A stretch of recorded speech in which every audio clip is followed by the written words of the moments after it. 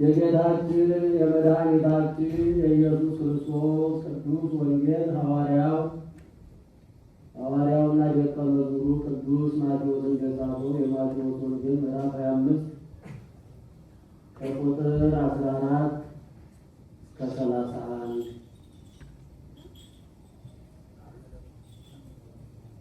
ወደ ሌላ ሀገር የሚሄድ ሰው ባሮቹን ጠርቶ ያለውን ገንዘብ እንደሰጣቸው እንዲሁ ይሆናልና ለእያንዳንዱ እንዳቅሙ ለአንዱ 5 መክሊት፣ ለአንዱ 2፣ ለአንዱም 1 ሰጠና ወደ ሌላ ሀገር ወዲያው ሄደ።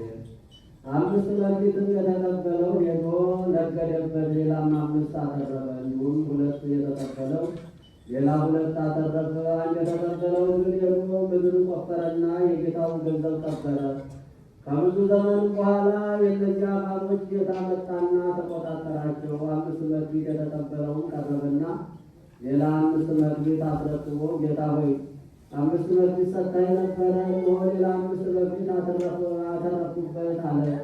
ጌታውን መልካም አንተ በጎ ታማኝ ባሪያ፣ በጥቂቱ ታምነሃል፣ በብዙ ሾምሃለሁ፣ ወደ ጌታ ደስታ ግባ አለው። 2 መክሊት የተቀበለው ደግሞ ቀርቦ ጌታ ሆይ 2 መክሊት ሰጥተኸኝ ነበረ፣ እነሆ ሌላ 2 መክሊት አተረፍኩበት አለ። ጌታውን መልካም አንተ በጎ ታማኝ ባሪያ፣ በጥቂቱ ታምነሃል፣ በብዙ ሾምሃለሁ፣ ወደ ጌታ ደስታ ግባ አለው።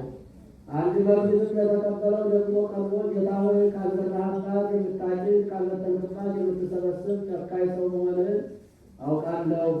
ፈራሁም፣ ሄጄም መክሊትህን ከምድር ቀበርሁት፣ እነሆ መክሊትህ አለ። ጌታውም መልሶ እንዲህ አለው፣ አንተ ክፉና ኃጢአተኛ ባሪያ፣ ካልዘራሁባት እንዳጭድ ካልበተንኩባት እንዲሰበስብ ታውቃለህን? ስለዚህ ሕዝቤን ገንዘቤን ለለዋጮች አደራ ልትሰጠው በተገባ ነበረ።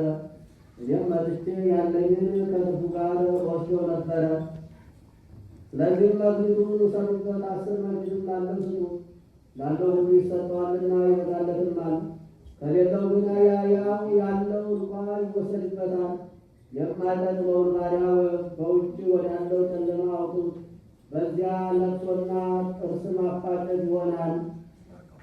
ሰማይና ምድር ያልፋል፣ ቃሌ ግን አያልፍም አለ ጌታ ለደቀ መዛሙርቱ።